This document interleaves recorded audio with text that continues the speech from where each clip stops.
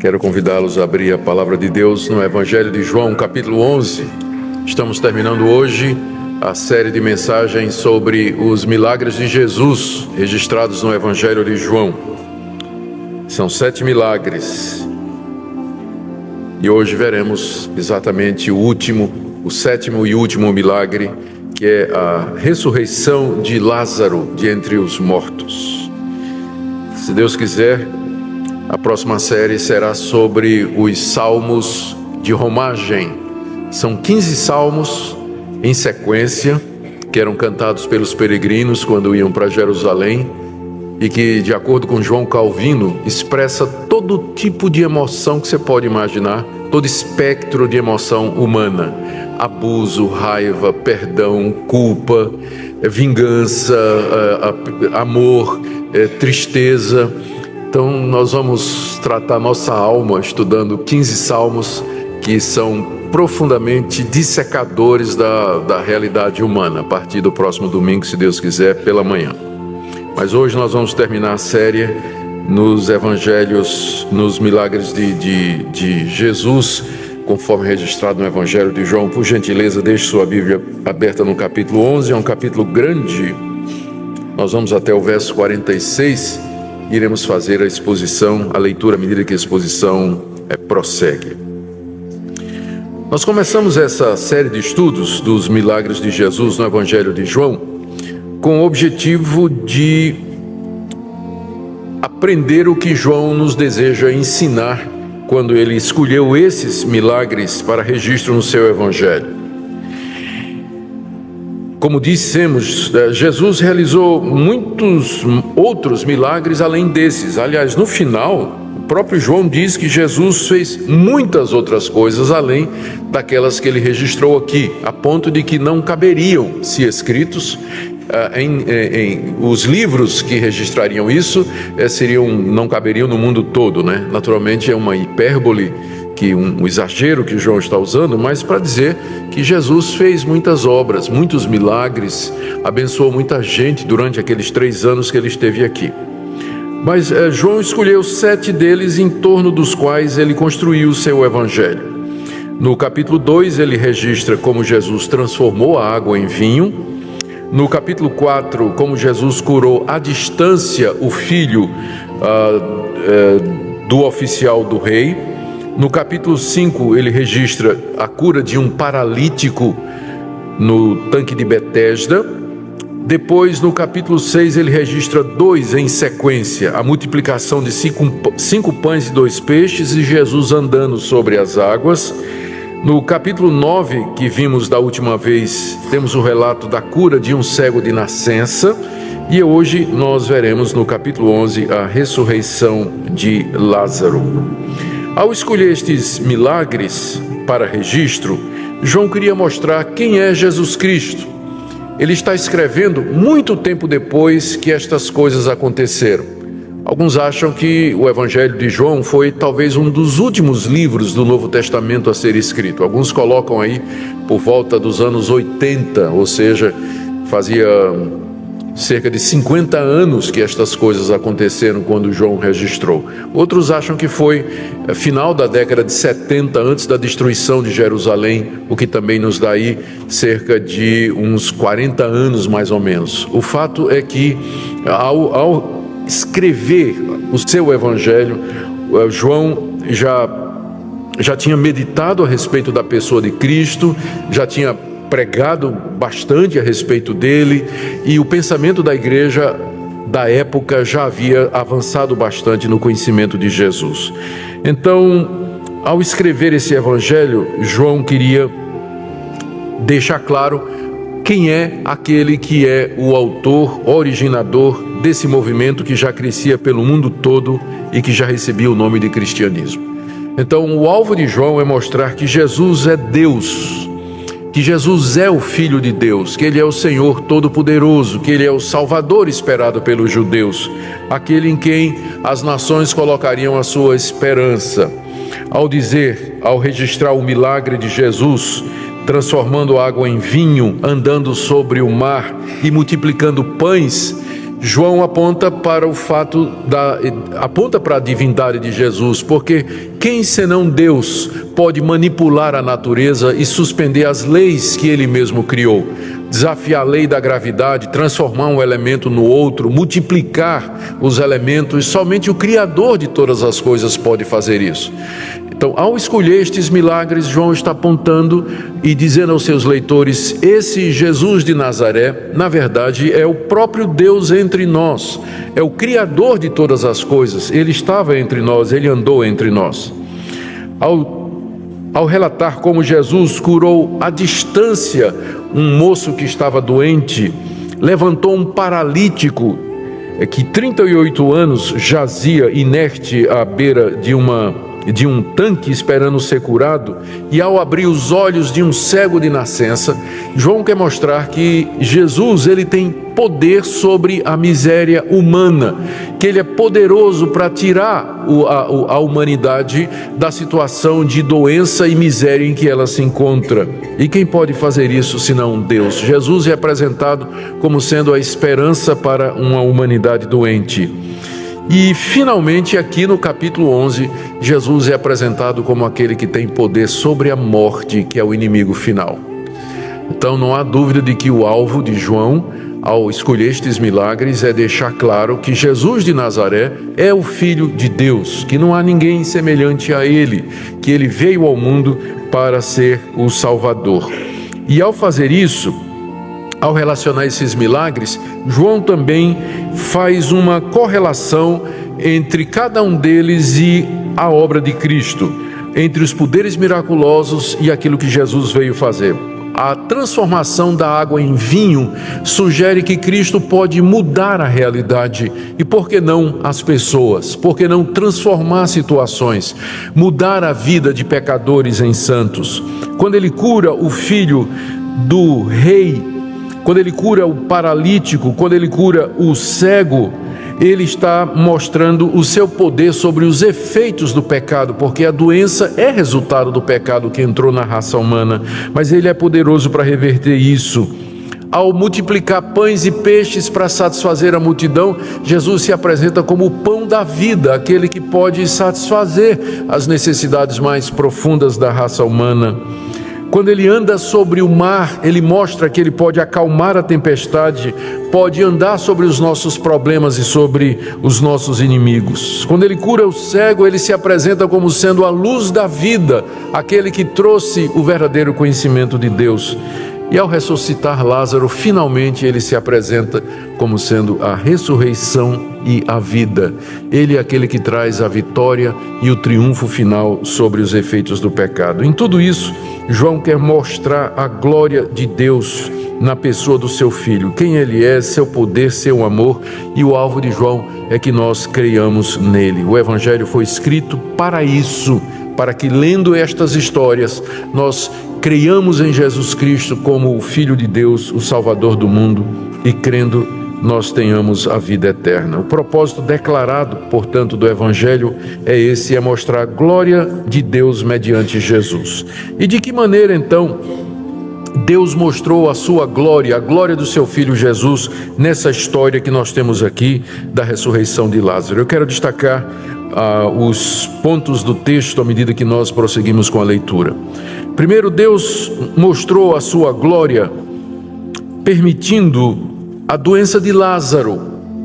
Veja, do verso 1 até o verso 4. Estava enfermo Lázaro de Betânia, da aldeia de Maria e de sua irmã Marta. Essa Maria, cujo irmão Lázaro estava enfermo, era a mesma que ungiu com bálsamo o Senhor e lhe enxugou os pés com os cabelos. Mandaram, pois, as irmãs de Lázaro dizer a Jesus: Senhor, está enfermo aquele a quem amas.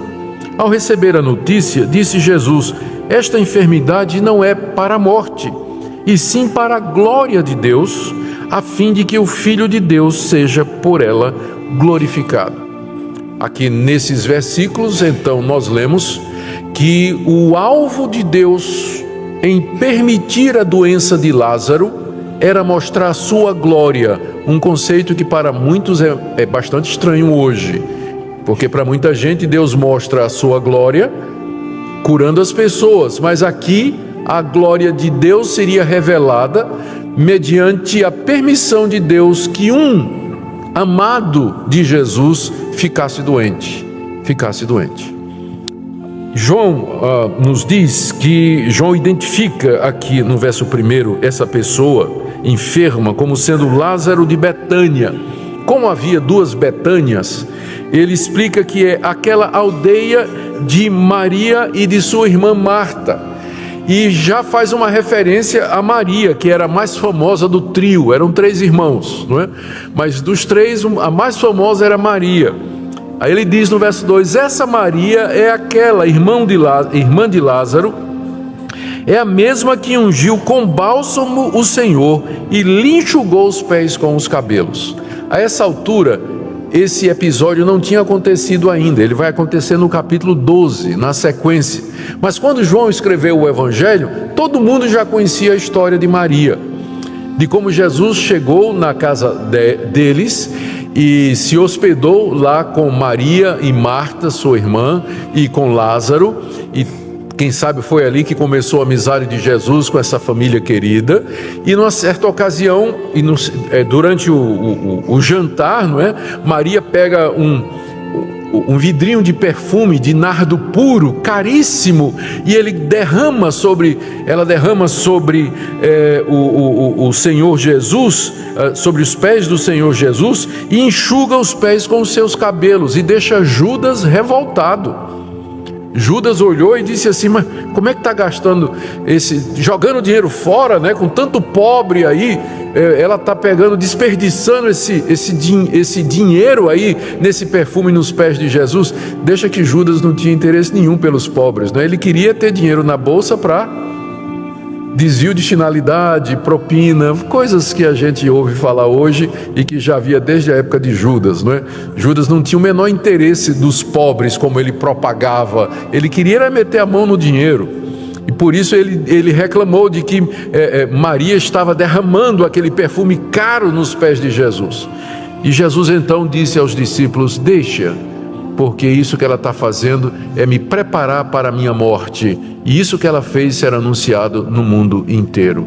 E de fato Maria ficou conhecida no mundo inteiro, onde o Evangelho é pregado, como sendo aquela que derramou perfume nos pés de Jesus e enxugou com os seus cabelos. Então João usa esse episódio para dizer que foi na casa daquela Maria, que foi o irmão daquela Maria tão conhecida, foi ele que ficou doente.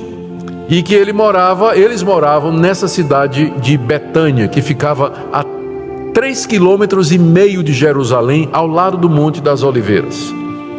Então João identifica bem. E diz no verso 3, que as irmãs de Lázaro mandaram dizer a Jesus: Senhor, está enfermo aquele a quem amas. Jesus estava na região da Pérea, a 40 quilômetros de distância, do outro lado do Jordão.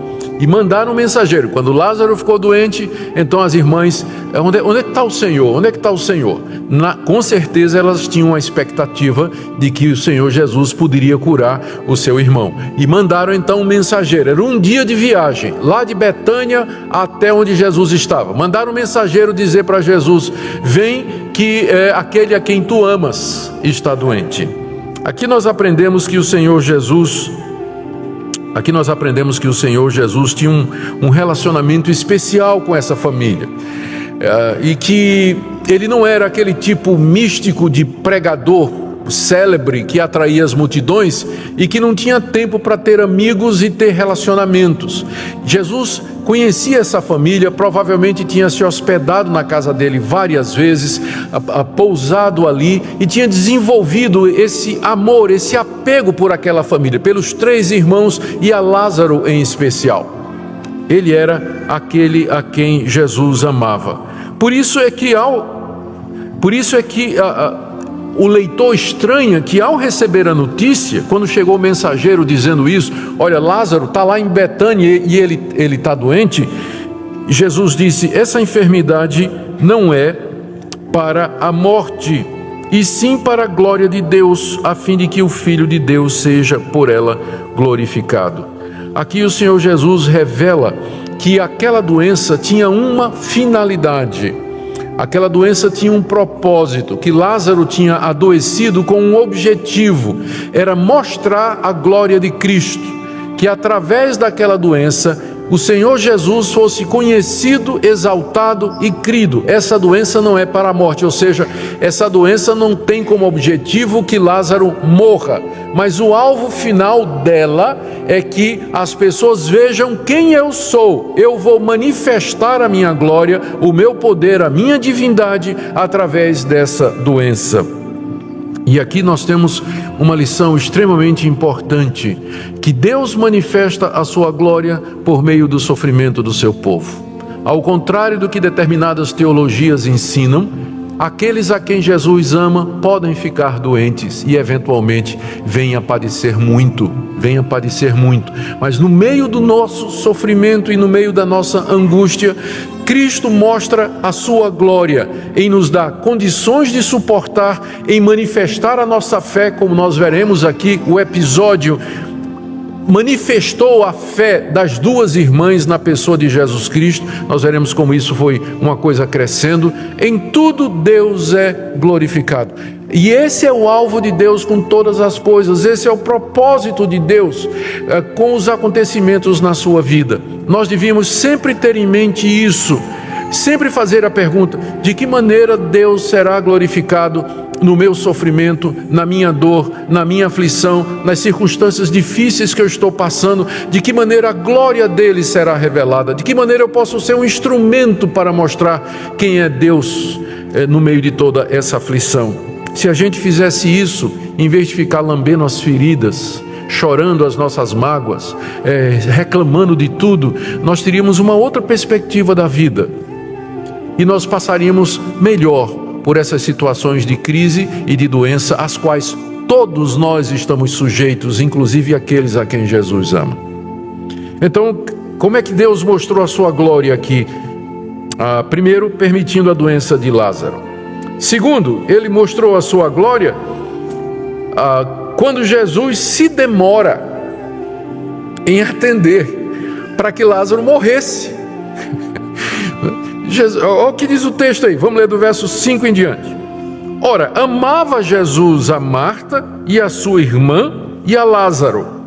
Quando, pois, soube que Lázaro estava doente, ainda se demorou 2 dias no lugar onde estava.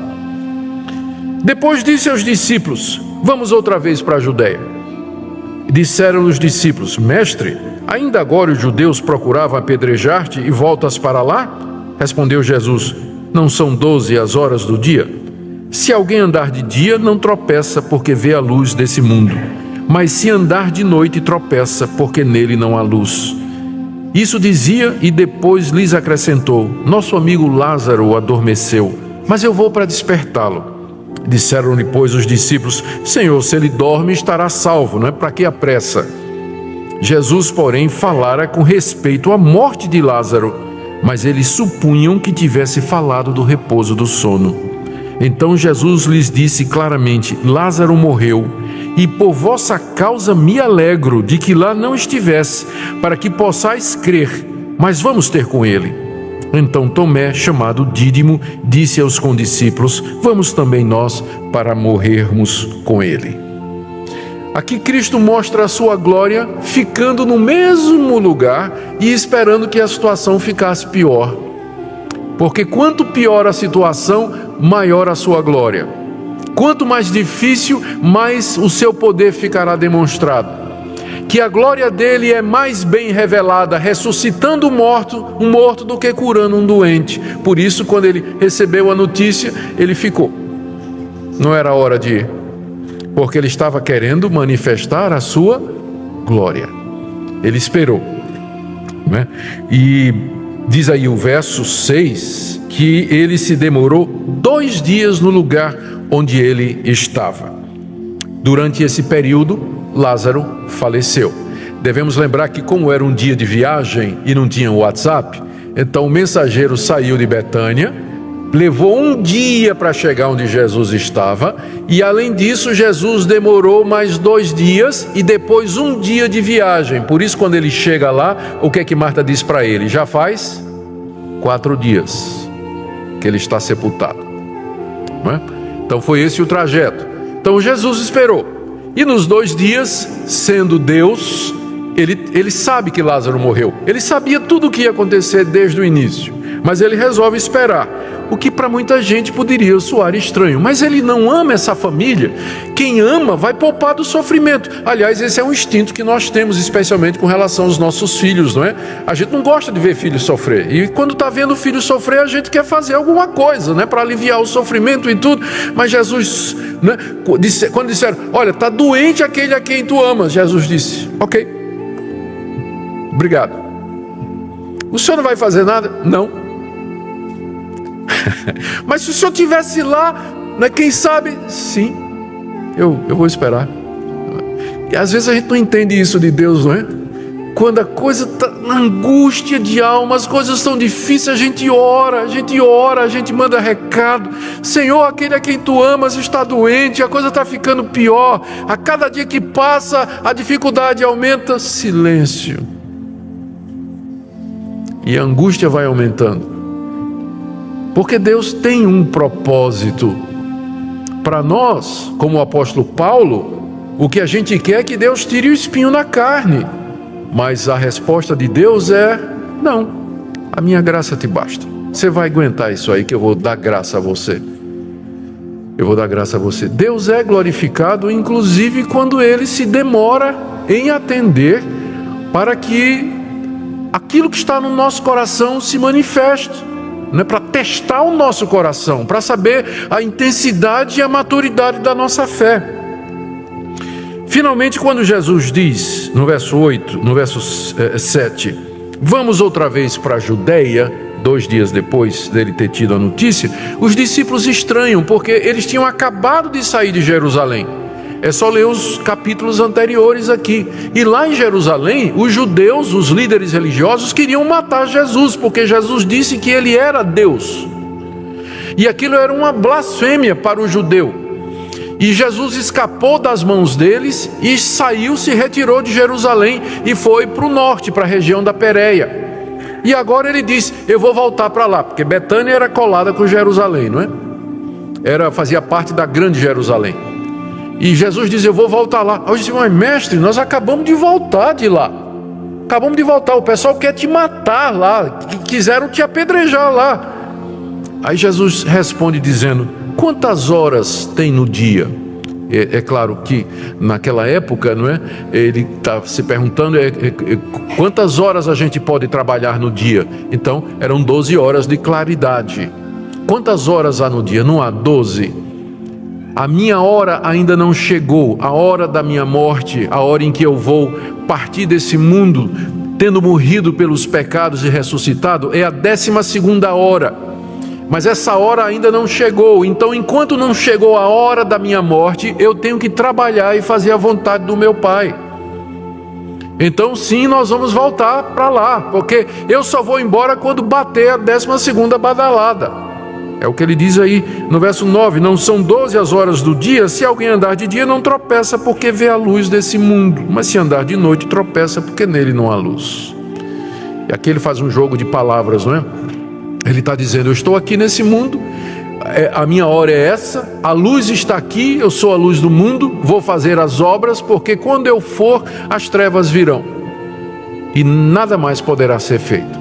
Então sim, nós vamos voltar lá, e eu vou fazer o que eu tenho que fazer. E aí ele diz, no verso 11, aos discípulos, nosso amigo Lázaro adormeceu, mas eu vou para despertá-lo. O que mostra que Lázaro não somente era amado e querido de Jesus, mas de todo o grupo apostólico. Ele era o amigo, ele era amado do grupo, né? De todos. O que mostra essa interação que havia entre a família os três irmãos e os discípulos de Jesus. E Jesus diz, Lázaro adormeceu, mas eu vou lá para despertá-lo. Ele queria dizer, Lázaro morreu, mas eu vou lá ressuscitá-lo. Ele usa essa expressão para provocar os discípulos. O termo dormir é muito comum no Novo Testamento para se referir à morte do cristão. Não porque quando morre perde a consciência, mas simplesmente porque para o cristão a morte é como o sono. A gente vai dormir e no dia seguinte o que é que acontece? A gente acorda. Então nós vamos morrer e no dia seguinte o que é que vai acontecer? Nós vamos ressuscitar. Então há uma semelhança entre você ir para a cama, dormir de noite e acordar no dia seguinte e a morte do cristão. Porque ele morre, mas ele vai acordar, ele vai ressuscitar. É nesse sentido que a morte do cristão é referida como sendo um sono. Alguns erroneamente fazem a inferência de que isso quer dizer que quando a gente morre, a gente fica inconsciente como quem está dormindo. Isso não é verdade. O próprio Jesus contou a história de um mendigo chamado Lázaro, que alguns acham até que é a mesma pessoa. Eu acho que não é, mas alguns acham que é a mesma pessoa, que morre, vai para o céu, e morre um rico, vai para o inferno, e ambos estão perfeitamente conscientes do que é que está acontecendo, a ponto do rico, depois da morte, dizer: eu tenho 4 irmãos, manda Lázaro lá pregar o evangelho para que eles não venham para cá. Então, quando a Bíblia se refere à morte como sendo um sono, é porque é provisória a morte para o cristão, não é o fim. Nós vamos morrer, mas vamos ressuscitar. É isso que Jesus está dizendo aqui. Por isso que ele fala para os discípulos: Lázaro adormeceu, mas eu vou lá acordá-lo. Porque para Jesus a morte é como sono, porque ele tem o poder de nos acordar da morte através da ressurreição. E os discípulos naturalmente não entenderam, não é? Esses discípulos eram meio densos às vezes, não é? Jesus dizia as coisas e eles não entendiam. O evangelho é o registro de como não cai a ficha dos discípulos. Eles têm altos e baixos de compreensão, nesgas de luz, não é? Na mente deles, quando eles conseguem perceber alguma coisa, mas depois eles não entendem também. Só depois da ressurreição de Cristo e depois de Pentecostes é que eles entenderam com clareza, mas aqui eles lutam, como diz aqui o verso 12, os discípulos disseram: Senhor, se ele está dormindo, então está salvo, né? Eles não entenderam, e Jesus pacientemente explica para eles. Verso 13, Jesus falara com respeito à morte de Lázaro, mas eles supunham que tivesse falado do repouso do sono. Então Jesus disse claramente: Lázaro morreu. E vem essa declaração: e por vossa causa eu me alegro de que lá não estivesse, para que possais crer. Ou seja, Jesus sabia o que é que ele ia fazer, e ele estava feliz que eles não tinham ido logo, porque se ele tivesse ido logo, o que ele ia fazer era uma cura. Mas agora o que ele ia fazer é uma ressurreição.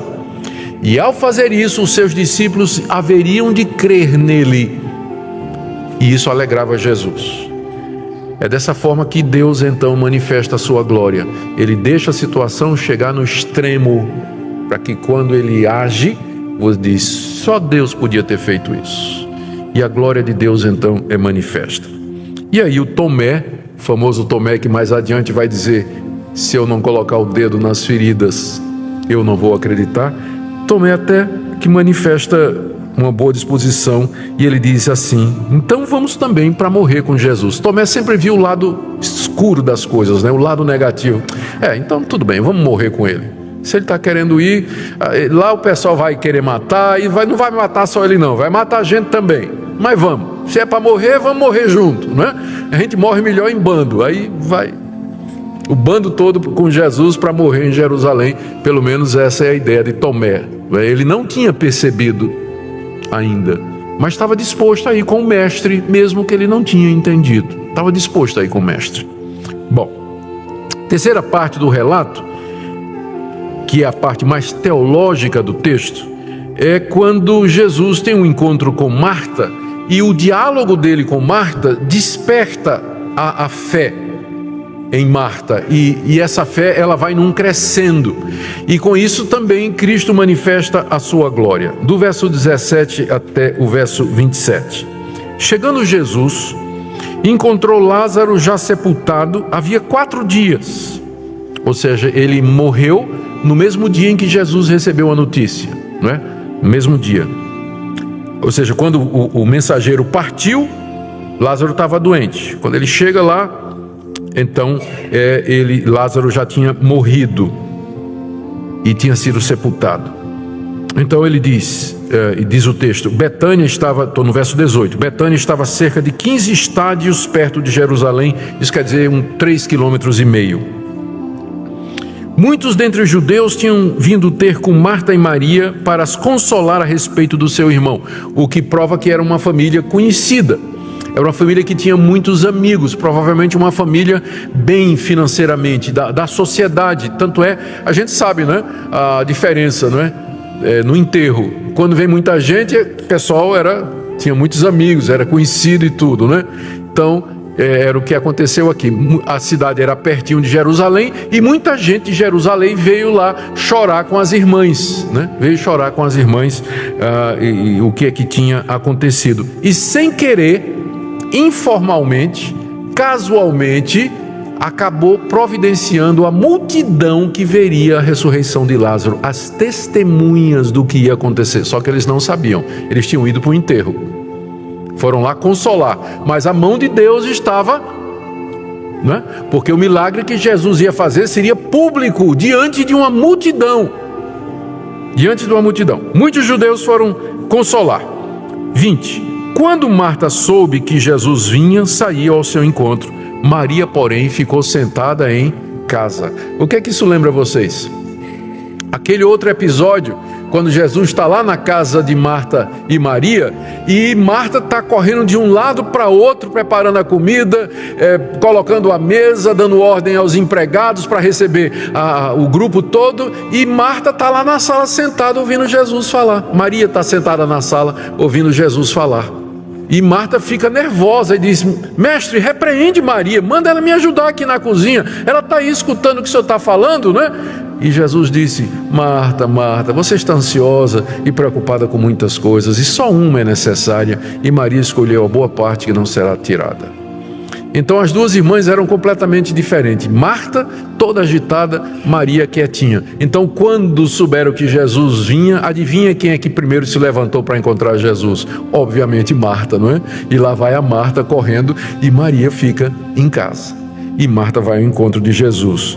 Verso 21, e disse Marta a Jesus: Senhor, se estiveras aqui, não teria morrido meu irmão. Não é que ela está reclamando da demora de Jesus, mas ela está apenas professando fé na pessoa de Jesus. É interessante que nos evangelhos, ninguém morre na presença de Jesus. Nos 4 evangelhos, ninguém morre, ninguém fica morto na presença de Jesus. Quando alguém morre, Jesus ressuscita. Porque seria impróprio que a morte se manifestasse na presença do príncipe da vida. Se o Senhor estivesse aqui, meu irmão não teria morrido. É verdade, não teria. Mas essa morte, essa doença e essa morte era para manifestar a glória de Deus. E ela diz no verso 22, também sei que mesmo agora, tudo quanto pedires a Deus, Deus te concederá. Marta manifesta essa confiança em Cristo. Ela sabia quem era Jesus, ela tinha já percebido e testemunhado milagres que Jesus tinha feito, já tinha andado com ele, e ela cria que Jesus era o Filho de Deus, ou pelo menos que ele era alguém a quem Deus escutava de maneira especial, e que tudo que Jesus pedisse a Deus, Deus daria. E Jesus então avança mais um pouco, dizendo no verso 23, teu irmão há de ressuscitar. Não é? Com isso Jesus queria dizer o quê? Eu vou ressuscitá-lo daqui a pouco. Mas Maria entendeu em termos gerais. Verso 24. Marta, né? Eu sei, replicou Marta, que ele há de ressurgir na ressurreição do último dia. Os judeus acreditavam que no último dia desse mundo, o dia do juízo final, os mortos haveriam de ressurgir para a vida eterna. Essa era uma crença comum naquela época, que é a crença dos cristãos também.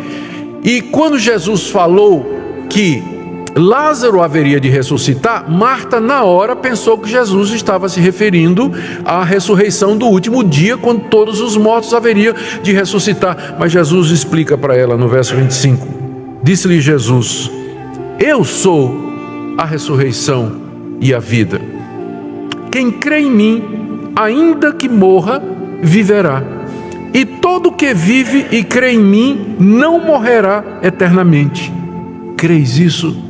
Aqui Jesus explica a Marta que Ele é a causa da ressurreição.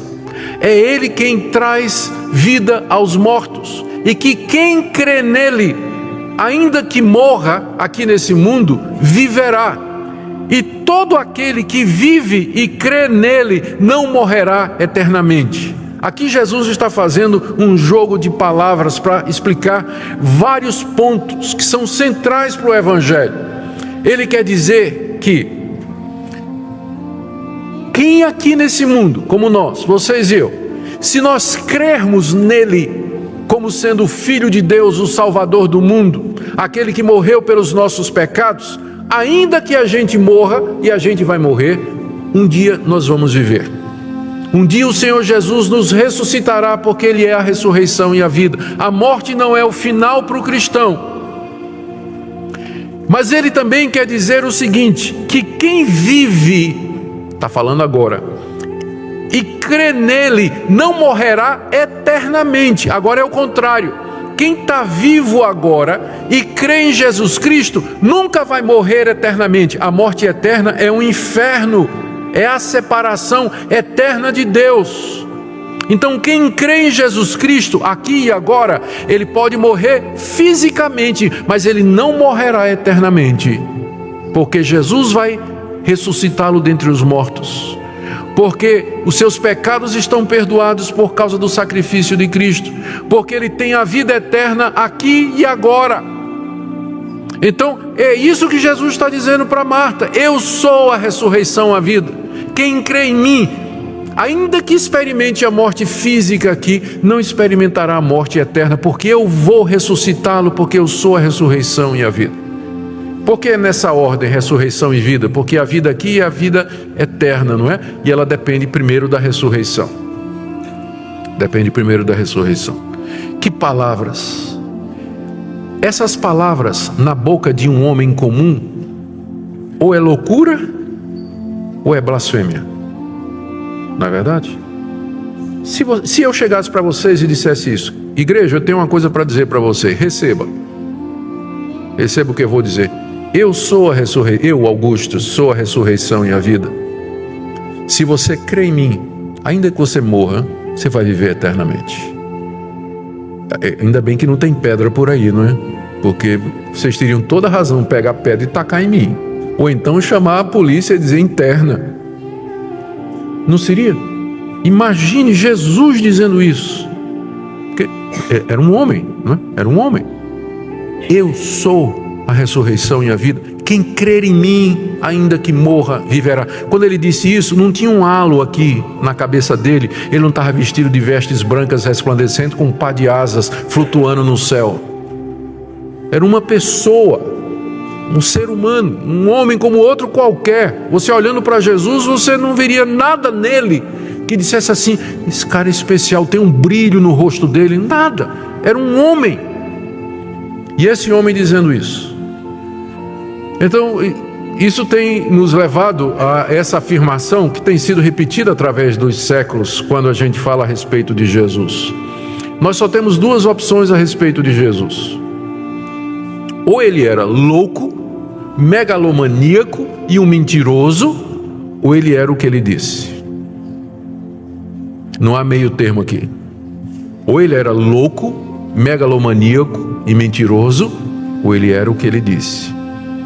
A pergunta é: como é que um louco, mentiroso e megalomaníaco foi capaz de criar um movimento que mudou o mundo em 2000 anos? E despertou nas pessoas tanto compromisso, tanta paixão e tanta fé, que essas pessoas alegremente iam para a fogueira, iam para as feras, mas não negavam o que Jesus disse. Como é que um louco pode ter feito isso? Então nós estamos diante, talvez, da declaração mais clara da divindade de Jesus no Evangelho de João, quando ele toma para si prerrogativas que só Deus tem. Eu sou a vitória final sobre a morte. Eu sou o triunfo final da vida. E se você crê em mim, você não morrerá eternamente, mas você viverá para sempre. Esse é o convite que o Evangelho nos faz. E a resposta, e ele confronta Marta, final do verso 26, você crê nisso que eu estou dizendo? E a resposta de Marta é: sim, Senhor, eu tenho crido que tu és o Cristo, o Filho de Deus, que devia vir ao mundo. Ela manifesta fé no Senhor Jesus e ela confessa compreender finalmente quem é Jesus Cristo. Do verso 28 até o 37, há uma revelação, eu creio que vem de propósito, não é? Da plena humanidade de Jesus. Esse que disse que é a ressurreição e a vida, em seguida chora.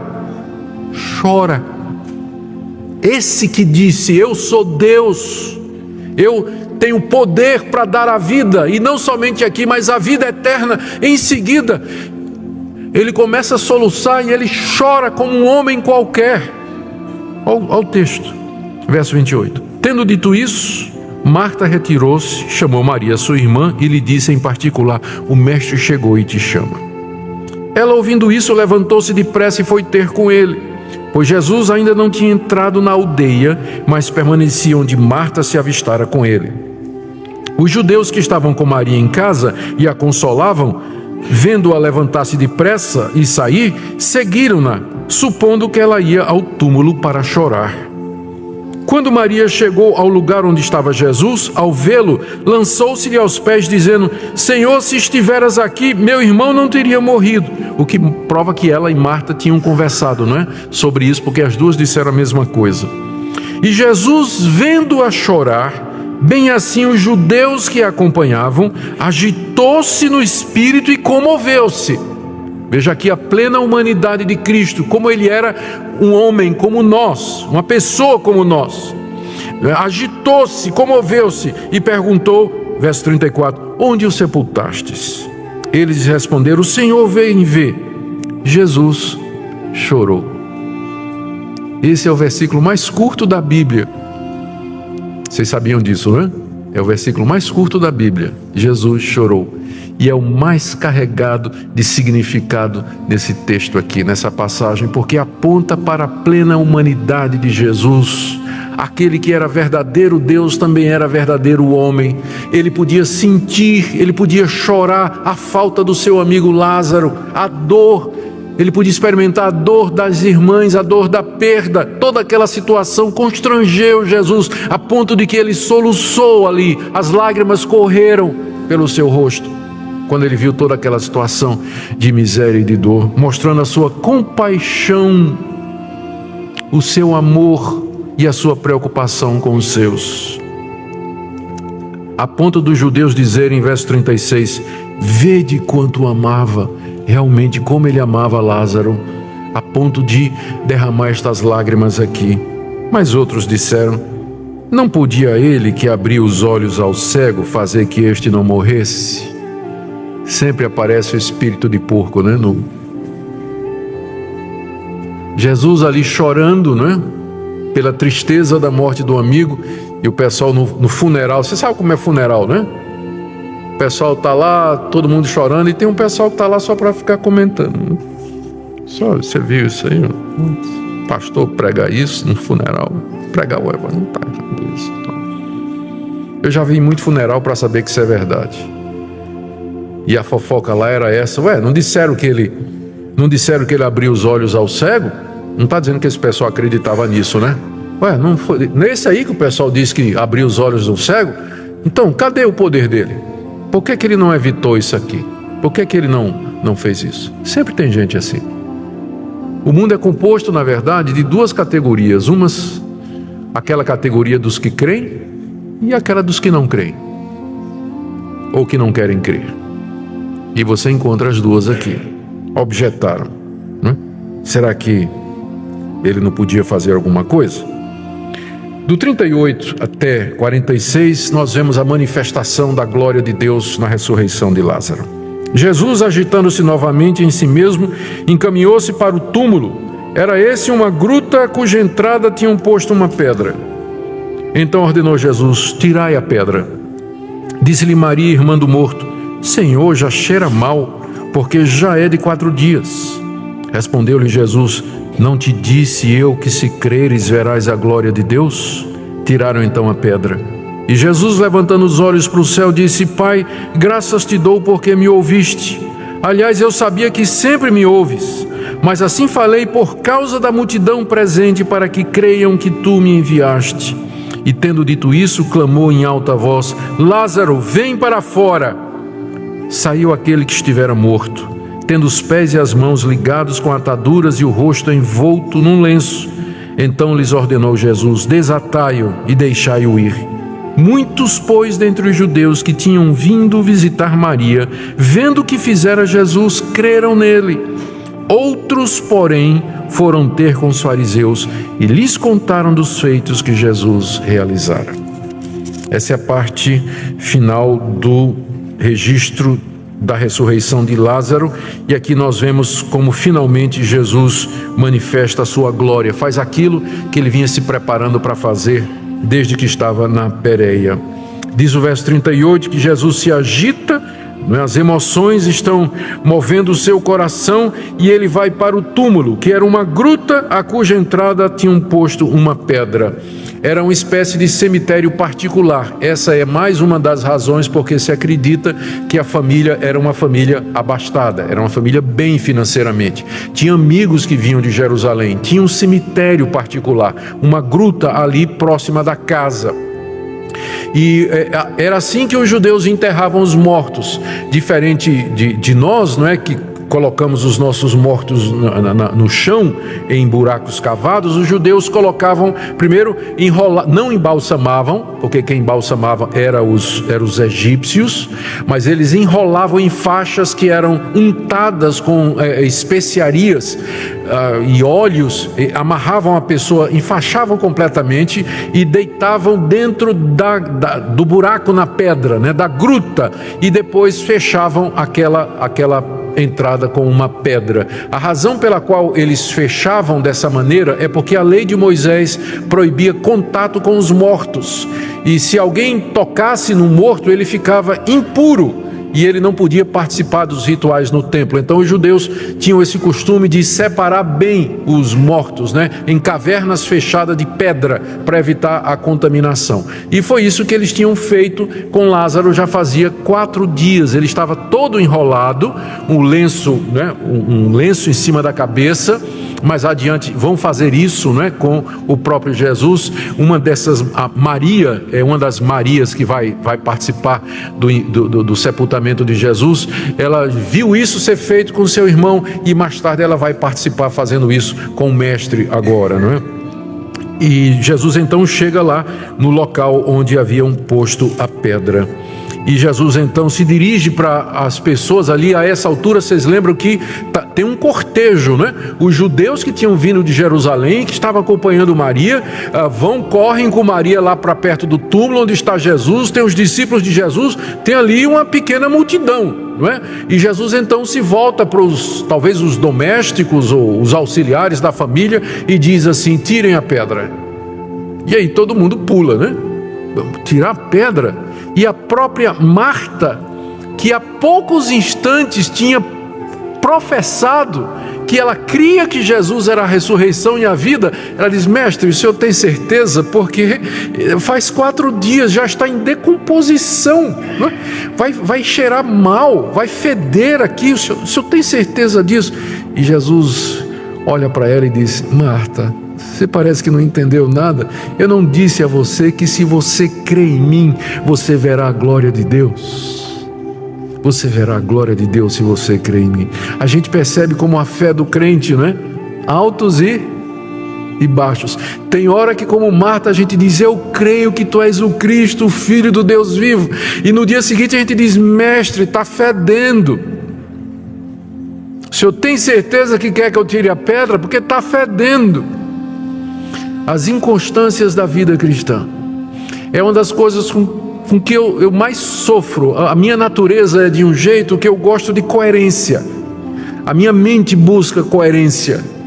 E eu sofro muito quando eu me vejo um dia como Marta, né, nas alturas da glória, e dizendo: Deus, pede o que o Senhor quiser que eu faça. Eu estou entendendo tudo, não importa o que o Senhor fizer. Eu vou entender e vou me colocar aos teus pés e vou te servir. E no dia seguinte eu digo assim: se possível, passa de mim esse cálice.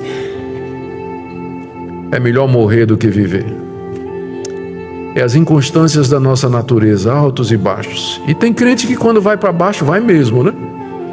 Vai mesmo. Aí desiste, desanima, começa a ter dúvida da salvação, de que Deus o ama, de que ele é salvo mesmo, ele não está entendendo nada, e de repente o sol brilha de novo, lá está ele feliz, serelepe, alegre, né, saltitante, né, altos e baixos. Um dos alvos da vida cristã é a maturidade. A maturidade é a capacidade que você vai desenvolvendo com os anos de permanecer estável no meio dos altos e baixos da vida, na alternância das circunstâncias, boas circunstâncias e mais circunstâncias, você permanece estável. Esse é o alvo da vida, isso é chamado de perseverança ou maturidade, experiência, é isso que Deus quer. Mas nós somos como Marta. Senhor, está fedendo, o Senhor quer que a gente tire a pedra mesmo? Marta, eu te disse que se você crer, você vai ver a glória de Deus, não disse? É, mestre, o Senhor falou. Então, tira a pedra. E tiraram a pedra, verso 41. E aqui Jesus ora diante do túmulo. E na verdade ele não pede nada. Ele na verdade agradece. Ele diz: Pai, graças te dou porque me ouviste. Só um detalhe, né? Jesus levantou os olhos para o céu, o que prova que orar de cabeça baixa e olho fechado é coisa da cultura. Não tem nada na Bíblia dizendo que na hora de orar a gente tem que baixar a cabeça e fechar os olhos, né? Jesus orou assim, tá? Então não vamos transformar em regra aquilo que a Bíblia não transforma, é uma tradição, tá? Então não julgue se você tiver orando. Vamos orar, irmão. A igreja vai orar. Aí você baixa os olhos. Aí você olha para o vizinho e o vizinho está assim. Aí você no seu coração diz: isso é um ímpio, né? Não está orando. Como você sabe? Né? Como é que você sabe? Jesus levantou os olhos e ele agradeceu. Veja o que ele disse. Disse Jesus: Pai, graças te dou porque me ouviste. Ouviste? Ué, então tudo indica que quando Jesus tomou conhecimento da doença de Lázaro, né, então ele já sabia o que é que ia acontecer. E como homem, ele orou ao Pai lá na Pérea, dizendo: Pai, eu vou ressuscitá-lo para a tua glória. Pai, ouve a minha oração. Porque Jesus orava, ele era homem, ele orava ao Pai, ele clamava ao Pai: Pai, eu vou ressuscitar Lázaro, é meu amigo, e através disso a tua glória será revelada. Ele já tinha feito essa oração e sabia que Deus já tinha atendido. Por isso, diante do túmulo, ele diz: eu sempre sei que me ouves, mas eu falei assim por causa da multidão presente, para que creiam que tu me enviaste. Ou seja, Jesus está dizendo: Pai, eu estou orando aqui e dando crédito a ti. Lázaro vai ressuscitar, mas eu quero que a multidão veja que é o Senhor através de mim, para que eles creiam que foi o Senhor que me enviou. É isso que eles precisam crer.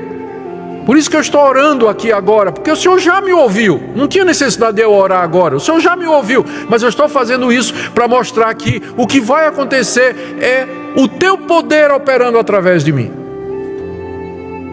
É por amor dos que estão aqui. Você vê que desde o começo a intenção de Jesus era manifestar a glória dele, quem ele era em tudo isso. E dito isso, verso 43, Lázaro, vem para fora. E com essa palavra de Jesus foi o poder de Deus lá no cadáver. Aquela mesma palavra que disse: haja luz, e houve luz. Aquela mesma palavra que disse: que brote vida da terra, e brotou. Aquela mesma palavra que fez, e aquele boneco viveu. É a mesma palavra: Lázaro, sai. E o homem viveu. Eu não sei como é que ele se sentiu na hora, mas ele estava todo amarrado, não é?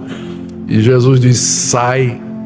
Tem que lembrar que era amarrado de um jeito que ele ainda dava para andar. Não é que a gente pensa na múmia, né? todo amarradinho assim, mas provavelmente os membros eram enfaixados independentes, né? E lá vem aquela coisa toda amarrada saindo do buraco, né? Eu imagino a cena. Imagina a cena. E não tinha fedor nenhum, né? E Jesus disse: desatai-o e deixai-o ir. Os estudiosos, os comentaristas, eles chamam a nossa atenção para o fato de que Jesus fez o que só Deus podia fazer. O que o homem podia fazer, ele não fez. Tipo assim, tira a pedra. Ele podia ter feito. Aí a pedra, né? Mas ele disse: não, vocês tiram a pedra. E depois que Lázaro saiu, disse: vocês desamarram Lázaro agora. Ou seja, ele fez somente aquilo que Deus podia fazer. Aquilo que o homem podia fazer, ele mandou o homem fazer, para revelar com clareza a sua glória. O resultado está aí no verso 45 a 46. Muitos, pois, dentre os judeus que tinham vindo visitar Maria, vendo o que fizera Jesus, creram nele. Foram movidos a crer em Jesus, que no mínimo ele era de Deus, que era alguém da parte de Deus, que ele não era aquele falso profeta que há pouco tempo os líderes em Jerusalém queriam matar, mas que havia de fato alguma coisa naquele homem, que só quem era enviado de Deus poderia fazer aquilo, ressuscitar um morto. Nós nunca vimos um morto ressuscitar. E eles creram em Jesus. Mas, o verso 26, outros foram simplesmente dizer aos judeus, aos fariseus, os inimigos de Jesus: vocês estão com um baita problema na mão, porque ele acaba de fazer um milagre agora na frente de todo mundo. Então, se vocês pensavam que ele era um problema, pense duas vezes, porque agora é que vai ficar difícil, com essa multidão que viu o que ele fez. Vocês se preparem. E não deu outra, porque quando Jesus volta para Jerusalém, o que é que a multidão faz quando ele entra na cidade? Hosana, Hosana, bendito aquele que vem em nome do Senhor Jesus. A multidão recebe Jesus, queria que ele fosse rei. É claro que aquilo era fogo de palha. Uma semana depois estavam dizendo: crucifica-o, crucifica-o, não é? Mas criou, os judeus sabiam, olha a popularidade dele agora, ó, o número de likes na página dele do Face deu uma disparada agora, depois dele ter feito o que fez. Queridos, o que é que nós podemos aprender desse texto? Eu quero tirar algumas lições para nós e encerrar. Já mencionamos algumas delas, mas eu quero tentar fechar alguns pontos. A primeira coisa que eu queria destacar aqui do texto é aquilo que dissemos no início, que Deus revela a sua glória mesmo em meio ao sofrimento humano. Deus tira a glória onde glória parece não existir. E Ele manifesta quem Ele é onde menos parece que Ele existe. E são os nossos problemas, nossas angústias, nossas dores e sofrimentos a oportunidade de Deus, onde Ele manifesta seu amor, seu cuidado, a sua compaixão, o sentimento dEle pelo seu povo. Deus se manifesta mesmo quando nossa fé é imperfeita. Os discípulos não entenderam por que a demora. Os discípulos não entenderam que Ele tinha morrido. Os discípulos não entenderam por que eles tinham que voltar para lá, mesmo em face da morte. Marta creu, mas não entendeu, ela vacilou, apesar de todos os vacilos da natureza humana que nós encontramos aqui no capítulo 11, ainda assim Jesus manifestou a sua glória na ressurreição de Lázaro.